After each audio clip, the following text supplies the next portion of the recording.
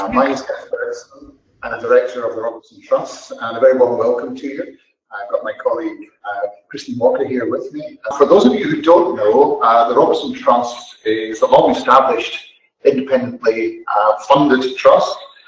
It was endowed back in 1961 by three amazing ladies, and I think we have a picture of them here, which hopefully you should be able to see. And what they did back in 1961 was endow the trust with their ownership of the Edgington Group. And from that, over the last nearly 60 years now, we have been giving away the dividend of our ownership of the group. And we have been doing that right across Scotland. It's only for the benefit of the people of Scotland. That's our charitable purpose. And our focus has been quite wide. And currently, it's around care and well-being, it's around strengthening communities, and about realising potential, those three areas. I'd say that over the last 60 years, we've encountered two issues, two recurring issues. One is about the sustainability of charitable work and the difficulty that we've had in terms of sustaining good work. We've seen many examples of charities that work very well, that are really making a difference, and the difficulty is in terms of funding them on a sustainable basis.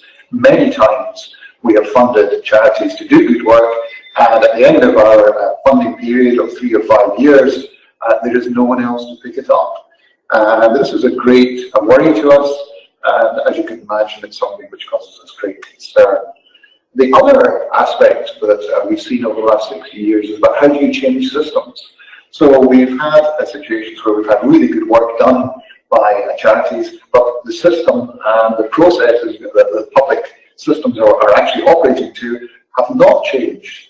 And we can see things that work well, and we would love to see the system change, but we've been unable to do it.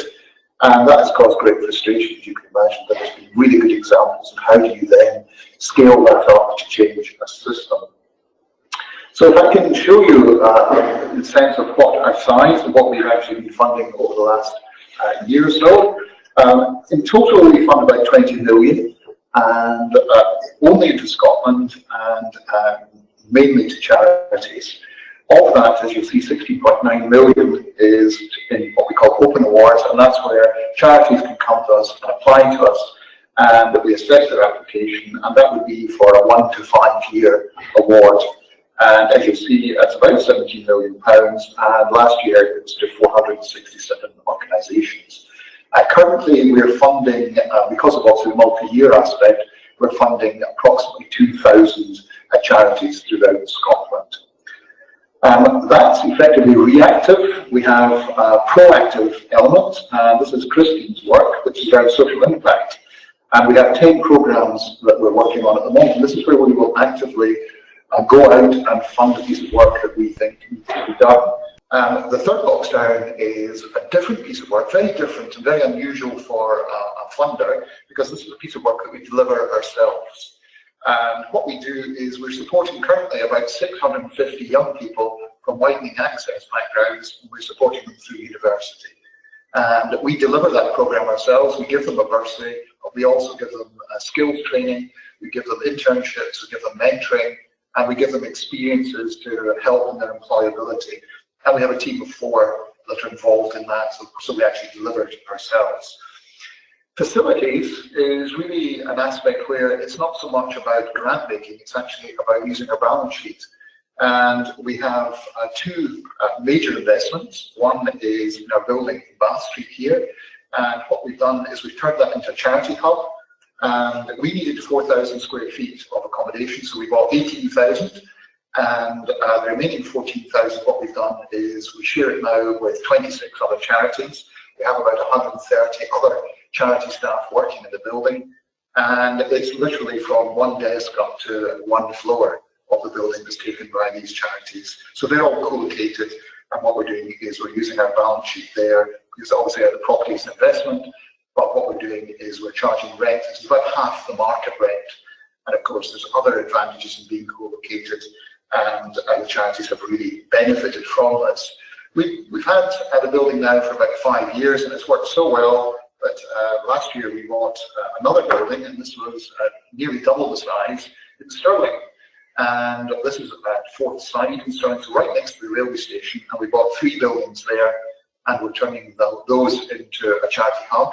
We've already pre-let it, 2 of the buildings, and the 3rd building we're turning into a conference centre, and that can accommodate up to about 200 people, and that will be primarily aimed at the 3rd sector, and that will be to allow 3rd sector organisations to meet on a very affordable basis in somewhere right in the heart of Scotland, right next to major transport links. So as you can see, we get involved in lots of different things. We hope that we are innovative. We hope that we are reacting to the need that we see within the sector and the need of the people of Scotland. we wanted to talk particularly about our journey today, and this is a journey around why we've ended up and how we've ended up with social bridging finance. And the journey really starts with social impact bonds.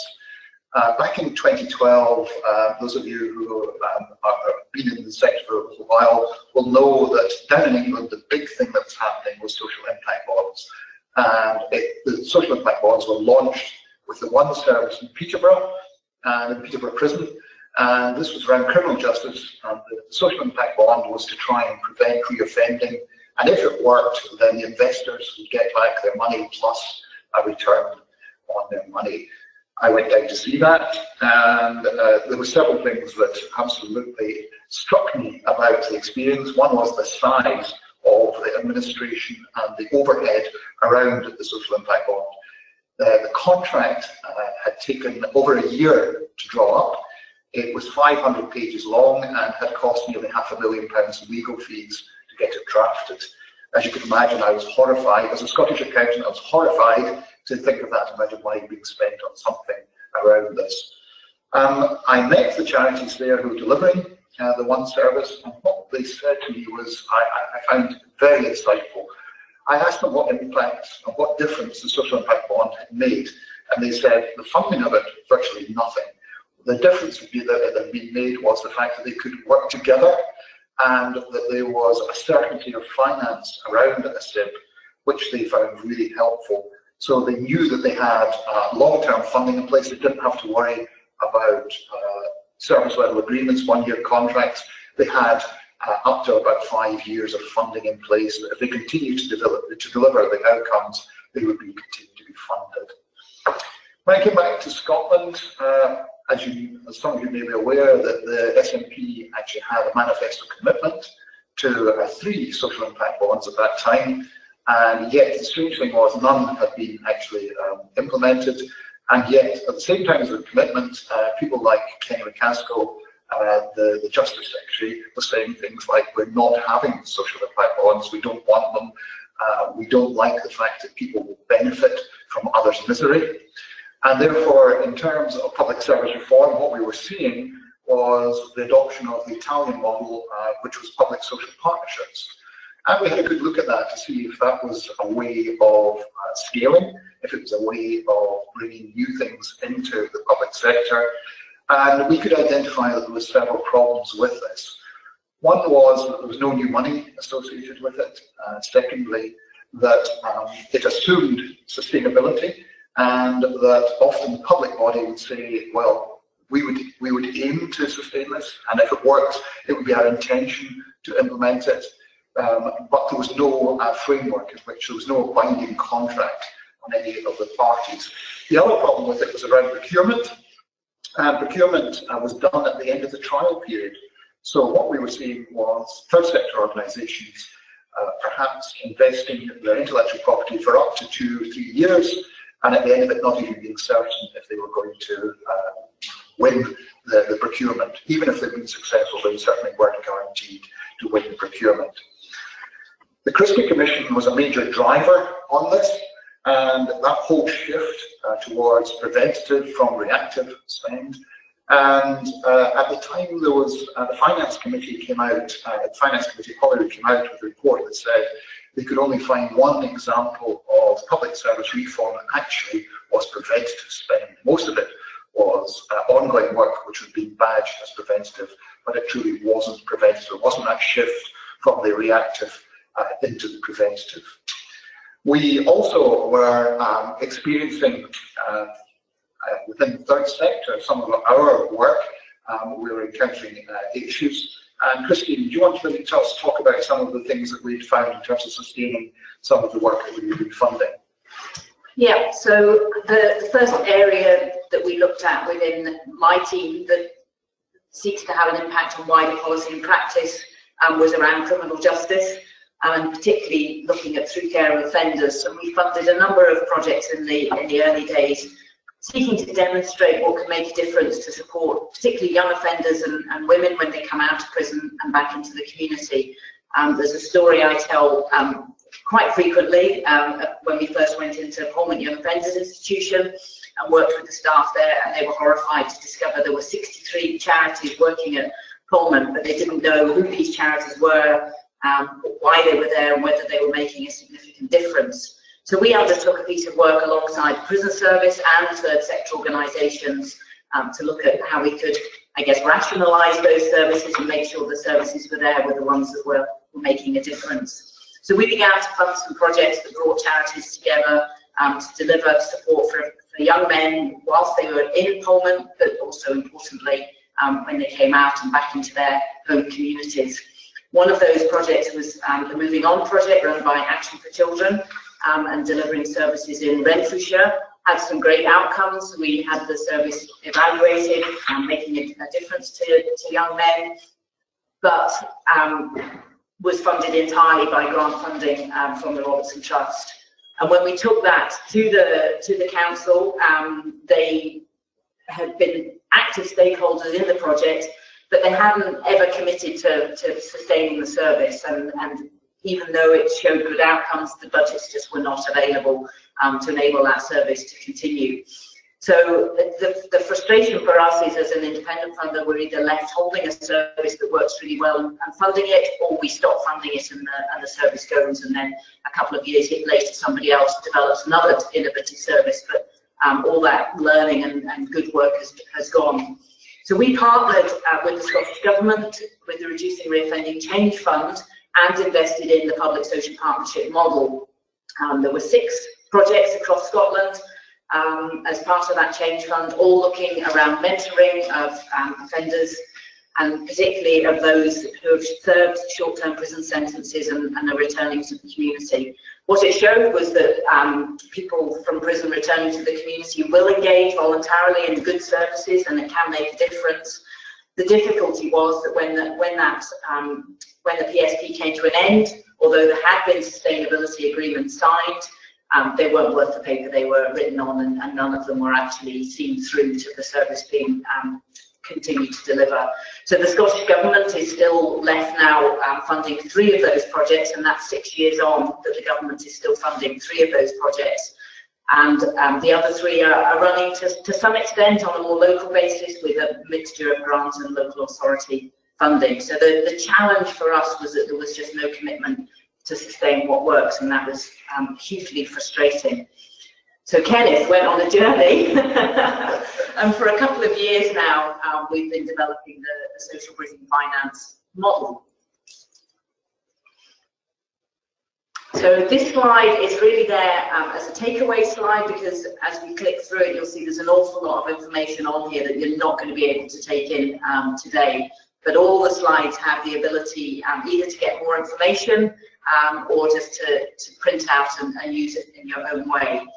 So very quickly, an explanation of social bridging finance is it has these sort of 5 phases, I guess, some of which will be familiar to those of you that know social impact bonds and PSPs. There is that initial design phase. The difference with social bridging finance is the third sector organisation needs to have an evidence-based approach.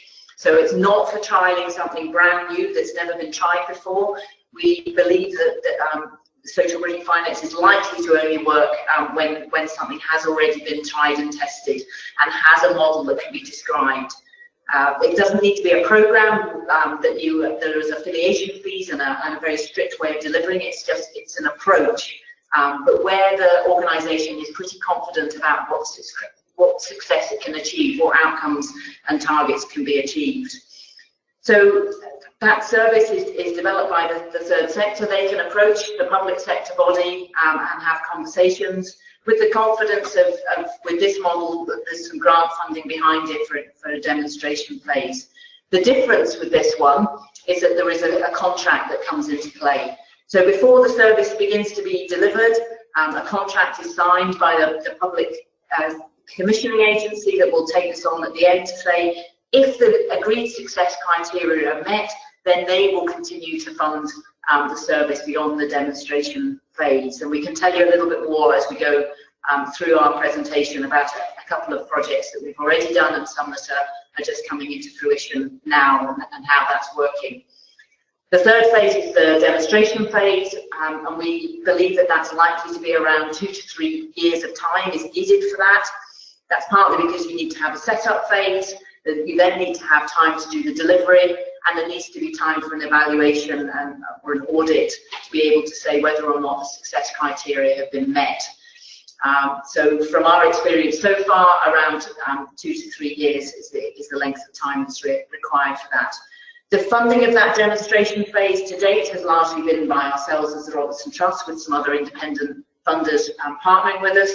But in the future, and some of the projects that are coming up now, the public sector will also be grant funding that period, so including particularly the Scottish Government with one of the projects that's coming forward in the future. There's a project board established that has a strategic overview of the work and can address challenges that may arise and just have that oversight of how the delivery is going. And alongside that is an independent audit which is commissioned by the partnership, paid for by the funder, and they make an informed judgment as to whether or not the agreed success criteria have been met at the end of the trial. If those success criteria have been met, then the contract kicks in, and the public sector organisation has agreed to continue to fund the service for at least as long as the demonstration period took place. But hopefully the idea is that it just gets mainstreamed into main budgets at that stage. If the success criteria have not been met, then everybody has the ability just to walk away. There is no commitment to continue the service. I think the commitment that is there is to learn from that. What is it that worked? What didn't work? Do we want to try again? Or actually, is it something that we do want to walk away from? And the risk for that, the important part is that is carried by the grant funders and not by the public sector. Do you want to talk about that, Kenneth? Yes, indeed. Yeah, and once we move on to the next thing, yeah. This diagram we're seeing just now is really, it's not so much about process, it's actually about the players and the pieces of the jigsaw as we bring them together. You'll see that the charity and the public body are given equal status in this. We think this is a really important aspect of this, because this is a move away from the traditional commissioning model that a lot of public sector has with charities, where it's a bit of a kind of master-servant relationship. What we see, and we're trying to take the best parts of what we've seen from other models such as the PSP, where there's a genuine partnership. So we see the charity and the public body, there's a parity of esteem there, and there is a contract, as Christy was mentioning, between the two organisations. You'll see up in the top left-hand corner the difference between a public social partnership and social bridging finance is that there's grant funding. There is a funder involved in this. And really importantly, there's a project board. And that project board will comprise probably of senior representatives from the funder, from the charity, and from the public body. And our experience, which we'll talk a bit about later, has been that has really made a difference in the way that the project works. Now, what happens is that the grant funder effectively funds the charity for a trial period. And you see that on this particular model, there's 2 periods that are funded with the trial. And then, depending on the outcomes, if they are met, if the pre-agreed outcomes are met, then the contract says there's a commitment by the public body to sustain it for, and in this example, it's a further 4 years beyond, or 4 periods beyond the trial period. Now, you'll see there on the slide that what we're saying is that it may be an existing preventative service. We think that this is a really useful model for the Christie type approach, because what we've seen lots of examples of is charities who've done good work, who've got evidence in a particular area, and they want to trial it, they want to implemented in a different area, for example, a different local authority. We may have a good relationship with that local authority, and it's a chance for them to bring something that has worked into a new area and for the local authority to trial it. You'll see that I've said about procurement there, and what we found with this model is that it's procured either at the start, or actually what's been found to be very powerful is the fact that it is exempt under EU procurement, because this is described as an R&D type project. We don't envisage that by the end of the project, which is at the end of the commitment by the public body, that it would be exempt. We expect then that the project would go out to procurement. So it isn't completely exempt from procurement, but procurement is delayed until the end of the commitment by the public body. Now, this model, we believe, is truly a win-win situation. From the grant funder's perspective, it's a win because if something's successful, then it will be sustained, potentially scaled as well. From the charity's perspective, it's a win because they have potentially, and as you see in this example, there's 6 years of funding that they will get if they continue to deliver outcomes. And from the public body's perspective, it's a win because what it does is de-risks change. Because as Christine was saying, at the end of that trial, if the outcomes which they set with the charity are not met, then literally they just walk away. The public body walks away and there's no impact on the public purse. If it does work, it's exactly where they want to be, and therefore they're very happy to sustain it because it's where they wanted it to move to. The name social bridging finance came from the idea around an example of if you're moving house. Sometimes you have to have one house and you're trying to move to another house, and you actually end up with 2 houses because you've got to have bridging finance to enable you to make that move across. And really what social bridging finance is aimed at is that move from the high-cost reactive services that so many of the public services are delivered with to the lower-cost preventative spend. What it means is you don't have to stop the high-cost reactive while you start the newer, lower-cost preventative. You can actually gives you the chance and opportunity to run 2 at the same time. And obviously, if it works, the public body can sustain it. If it doesn't work, then they stop it. So we feel that that's really quite a powerful attraction on this model. We have used this. We've got a couple of examples that we wanted to talk to you about this morning. The first of them was with NCR Pathways in Glasgow.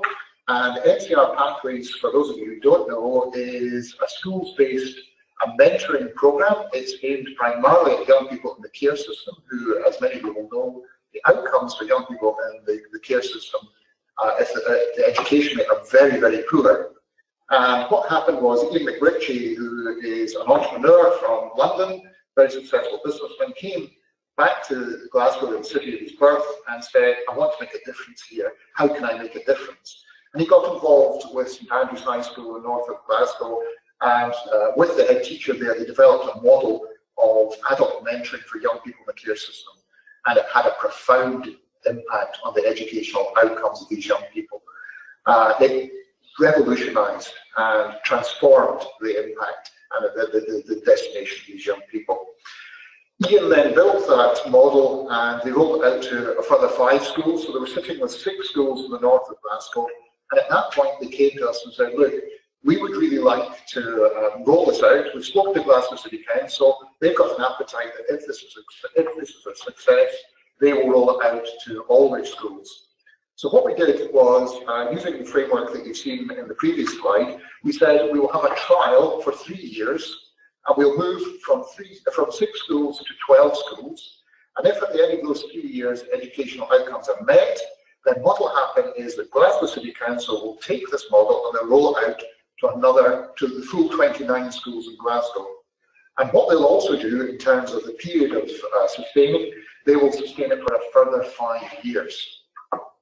So what we ended up with was a situation where it was ourselves, it was the Life Changes Trust, and it was STV Children's Appeal as joint funders on this. We put in £1 million and we got Glasgow to sign a contract that said that if after 3 years the educational outcomes in the 12 schools was sufficiently strong, that they would commit for the further 5 and roll out to 29. So NCR started to deliver this program in the 12 schools. And what happened was, after 18 months, Maureen McKenna, the Director of Education in Glasgow, came and said they wanted to stop the trial. And I'm delighted to say the reason they wanted to stop it was because the outcomes were so strong, and that they actually wanted to roll out the programme to the full 29 schools at that point. And they felt that if they didn't, it would be wrong to hold to the trial just on 12 schools. The other thing that she said was that they wouldn't sustain it for 5 years. Actually, what they were going to do is change the system, their educational system, and embed NCR as part of their business as usual. So as you can imagine, it's been a great success. It's now rolled out and embedded in 29 schools, delivered by NCR in partnership with Glasgow City Council. And we have a quote from Maureen McKenna, and basically she said that this model, the NCR model would not have happened if it had been for social bridging finance. And it was interesting her analysis of what the funding, of what the social bridging finance model brought. And what it did was it brought her a period of time when she could speak to her elected members and convince them that this was a trial that was worth doing. Because she was able to reassure them that if this didn't work, there would be no impact on the public purse. But if it did work, then this is exactly where Glasgow needed to be in terms of its work with young people in the care system. What's happened since is that Mr. Swinney has taken this model, and it's now been rolled out to all 9 of the Attainment Challenge local authorities, and it's in the process of doing that, and it's actually been rolled out further beyond that, and there are plans afoot for NCR to be embedded across the 32 local authorities in Scotland. So as you can imagine, absolutely delighted that what we've seen is about sustainability, and we've seen a mechanism for actually getting scalability as well. So absolutely delighted as this is an example of the social bridging finance. Christine, do you want to talk about our second? Yeah, so this work in Dundee with Inclusion and Dundee City Council, we've used the principles of social bridging finance, but I think it would be fair to say it was probably slightly early in the process of our thinking in social bridging finance for the full model to be followed. But there's been some really positive learning from it for us. We were able to sit down with Dundee. We had a really strong project board, agreed success criteria, and there is an evaluation in place. It's still ongoing at the moment, due to finish in June of this year. This has been a project that's been ongoing for quite a few years, and we had a period of grant funding initially to enable Inclusion and others at that stage to develop a model. At the end of the day, it was Inclusion that came forward and took their model into the latter phases, which followed more of the social bridging finance model. What we've learned along the way is that probably the evaluation we put in place and the success criteria we had are too complex, and that we looked too much at the service delivery and evaluating the service delivery rather than looking at simpler outcomes and target success criteria and whether or not those were made. The contract, for reasons probably beyond Dundee City Council's control, was not signed because during the early stages of this, what happened is the decision for the budgeting decisions for activities such as this were left with individual schools rather than with the local authority itself. So for that reason, Dundee City Council felt it couldn't sign the contract. But despite that, we've had this project board. They are still engaged. The relationships are strong. We've had some challenging times, but as a board, we've come through that, and Inclusion is still delivering that project. And at the moment, we're just working through with Dundee and Inclusion what the future of that will look like post June 2019. So where we are now is our trustees agreed that we should take forward some demonstration projects, because these two alone were not enough, because neither of them had quite used the model as we now envisage it being used. So we're taking forward 3 additional demonstration projects. The first one is in Dundee, and I think the fact that we're able to do it in Dundee and the learning from the Inclusion project has been fantastic for that. So the legal team are ready in Dundee to sign the contract. It's the same people in Dundee, it's the children and families area, And the work that we'll be doing is with Tayside Council and Alcohol and an organisation called Pause. And Pause work with women who have had multiple children taken away into care at birth, and this is about supporting the women to get their lives back on track, take a pause from pregnancy, and be able to just have that breathing space and work out what it is they want to do with their lives. So that both of these awards that I'll speak about went through in our committee on Monday, so they're at very early stages, but we have letters of intent that the contract will be signed in both the areas. This project will last, it's 2 years. It's a 6-month setup phase and an 18-month delivery phase for Pause in Dundee. And what Dundee have committed to is to fund a further iteration of that project, which will work with a total then across the years of 48 women, really, really vulnerable women in Dundee. The second project is with Children First and East Renfrewshire Health and Social Care Partnership, the Family Wellbeing Service. And that's enabling Children First to scale up a project that has so far been delivered in 2 and now 6 GP surgeries across East Renfrewshire, but with social bridging finance, they'll be able to take it across to all 14 GP practices across East Renfrewshire. I should have said the Pause programme, this is the first time it will be delivered in Scotland, and it's enabled them to bring a programme that they've used in England and has a strong evidence base and bring it to Scotland for the first time.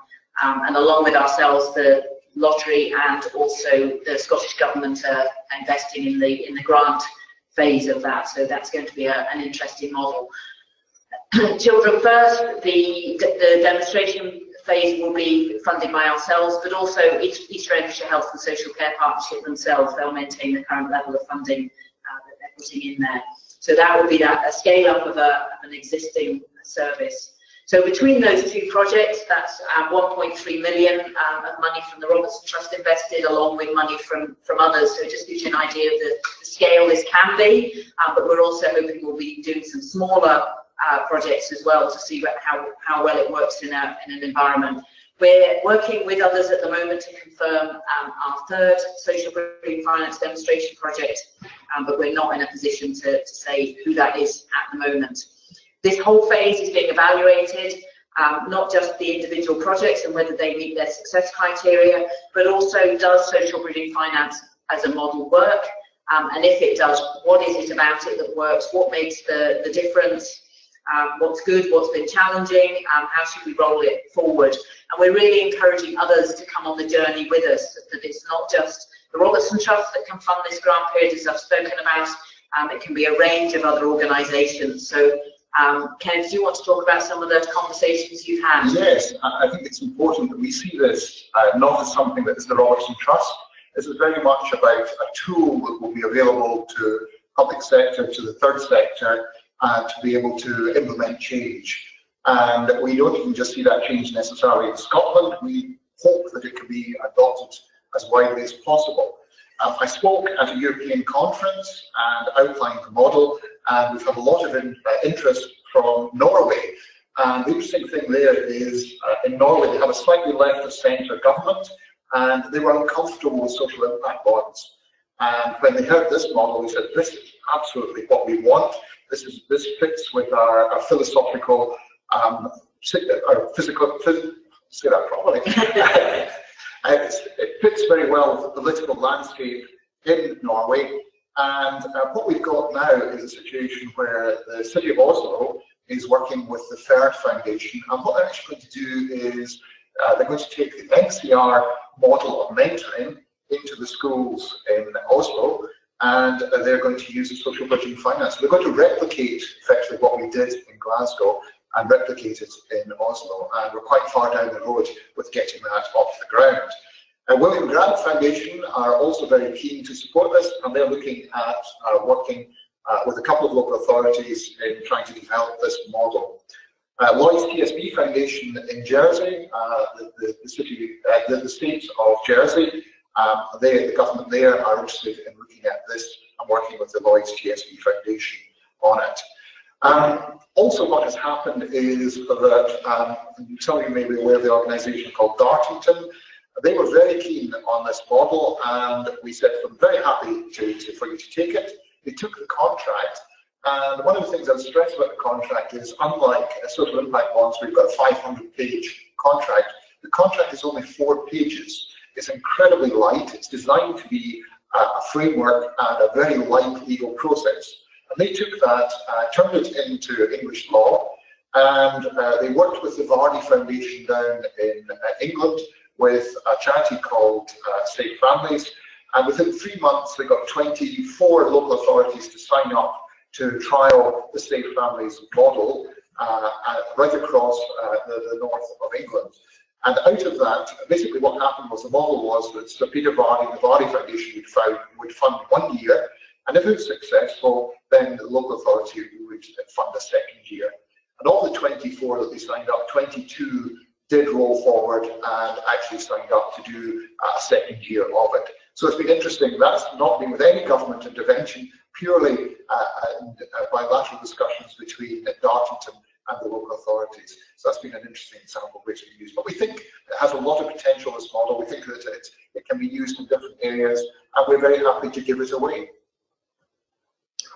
So this is our last slide, and just gives you the opportunity to join us on the journey in various ways. There is a LinkedIn group that you're welcome to join, able to download a 2-page summary, and also we have the mailing list, and if you want to sign up to that, then we will be sending out regular updates and keeping people informed on the journey as we go.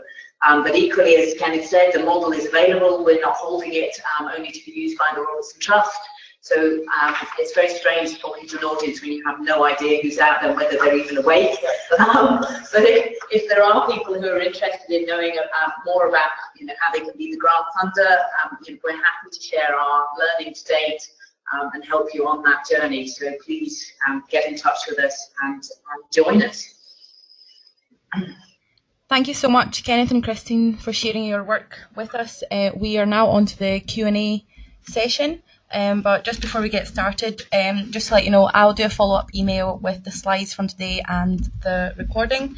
If you have a question, please use the grey chat box on your screen. We've actually had a few come through already. So the first one is, it'll be interesting to know if there are criteria that the Robertson Trust and others use to help identify potential areas to fund through this model.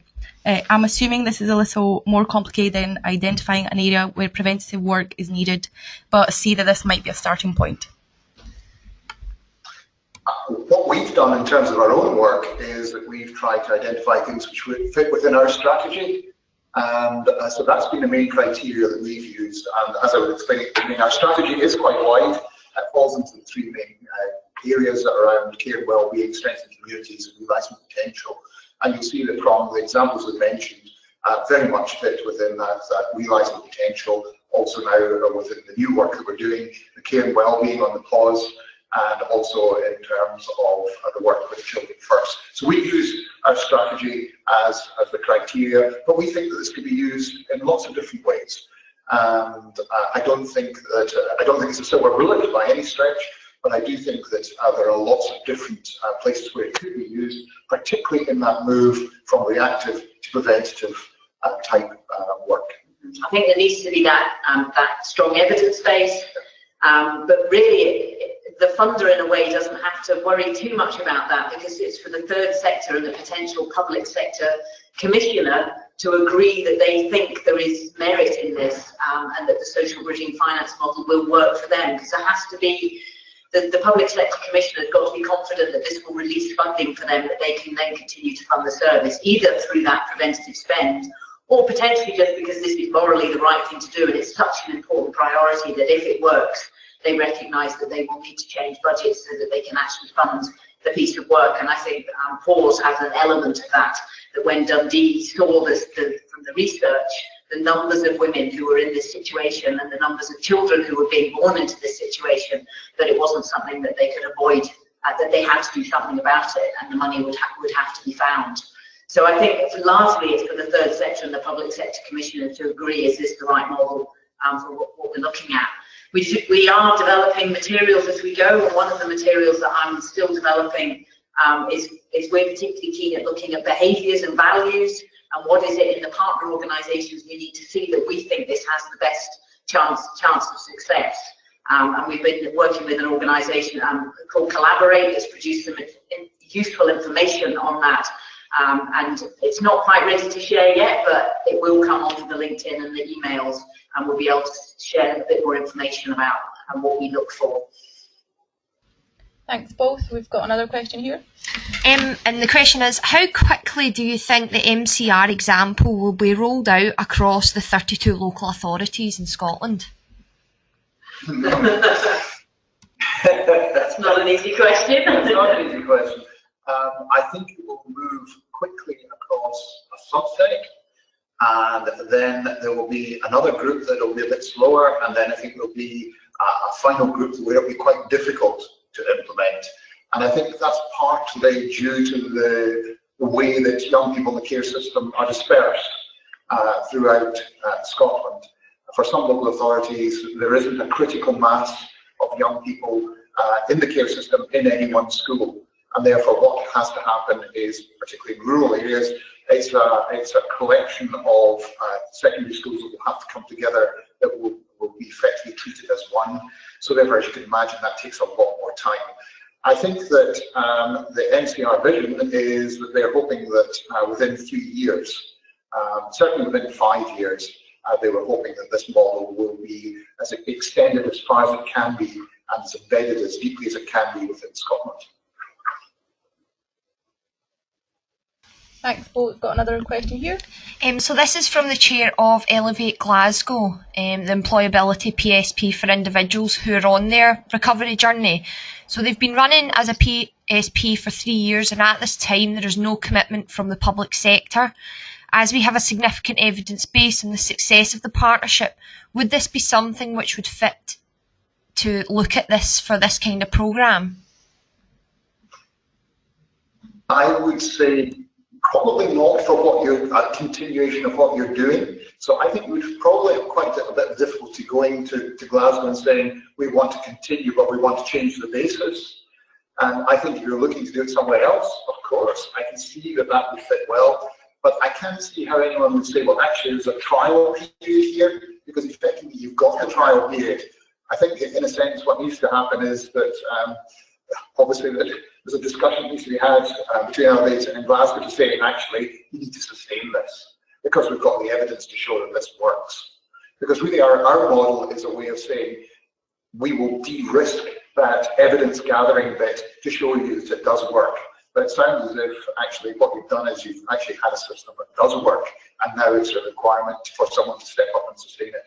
Yeah, I think it's a good example of exactly why the part of the PSP that we're uncomfortable with, because you've got to the stage you've got to, but nobody will sustain it, and that was exactly the issue that we were experiencing ourselves with projects we were funding. But I don't think now moving to the social green finance stage will. Why would Glasgow sign up to something that's already there? Yeah, but I think you're right. There is the opportunity to roll out to others with the evidence base that you have. Yeah, but it just typifies exactly what we've seen. I think there's something like 46 PSPs, and they all encounter the same problem. That how do you get sustainability when in a time of austerity? Because there isn't the money in the system, and that's why I think it's really important to have hard conversations at the beginning and not at the time when you're actually coming to the end of the project. That's not the time to have hard conversations.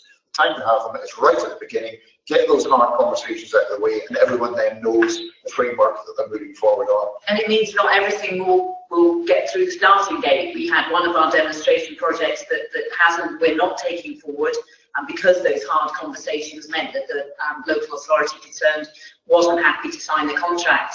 But if we'd been doing it on a PSP model, that would have gone ahead, because we had the warm words, and it would have gone ahead, and it wouldn't have been until the end that we discovered that those were more or less meaningless. It was the actual signing of the contract that meant at this stage we've been able to go, we can't go ahead with this.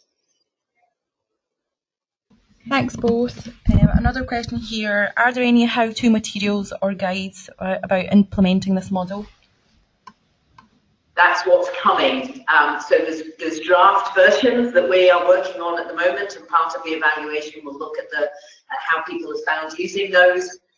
So if you're getting to the stage of wanting that, then we can share them. At the moment they are, and for a year or so they will be work in progress.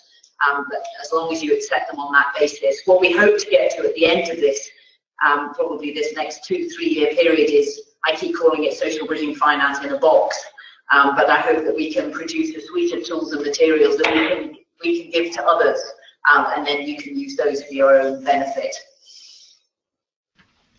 Thanks both. That's all the questions we have for now, so I'll give everyone just a minute or two to see if there's any last minute questions. Lots of people saying they'll sign up to the mailing list you mentioned earlier. Well, you know where to find us as well. We don't hide as the Robertson Trust, so we're pretty accessible. I've got a last minute question here. Do you think this model would ever fit for smaller community-based organisations?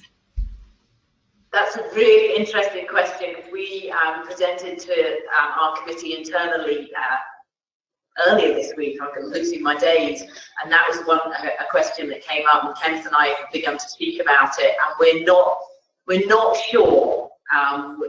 Would be the jury is out on that. So I think it would be interesting to have some conversations. I think the challenge for small organisations is maybe to have that evidence-based approach articulated and have a model that they're able to describe. But I think if they are able to do that, then absolutely. Yep. And we would be willing to, in the longer term, provide some support on that. So I think it would be something we'd be interested in having a look at. I would very much hope that this could be used by smaller organisations. We're obviously trialling on larger ones at the moment, and that's only because we want to trial it, and we want to trial it as quickly as possible. But I would really hope that this could be a tool that could be used quite widely within the third sector. Thanks very much for presenting today. That's all the questions we have now. Just lots of people coming through saying thanks, and they found it very useful. So just as I said earlier, I'll send a follow-up email with the recording from today and Kenneth and Christine's slides, so you can share that with relevant colleagues. I don't know if there's anything you'd like to add at the very end, Kenneth and Christine, just before we finish off. I just think what Christine said, the journey, and we really want as many people to be with us on the journey.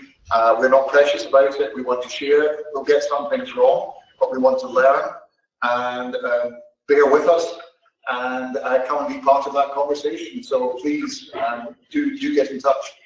And we will share what doesn't work as well as what does work. Yeah. So you'll get the full story. That's great. Thanks again for presenting, and thanks to everyone who joined us today. Take care. Thanks, Emily. Thank you very much. Thanks.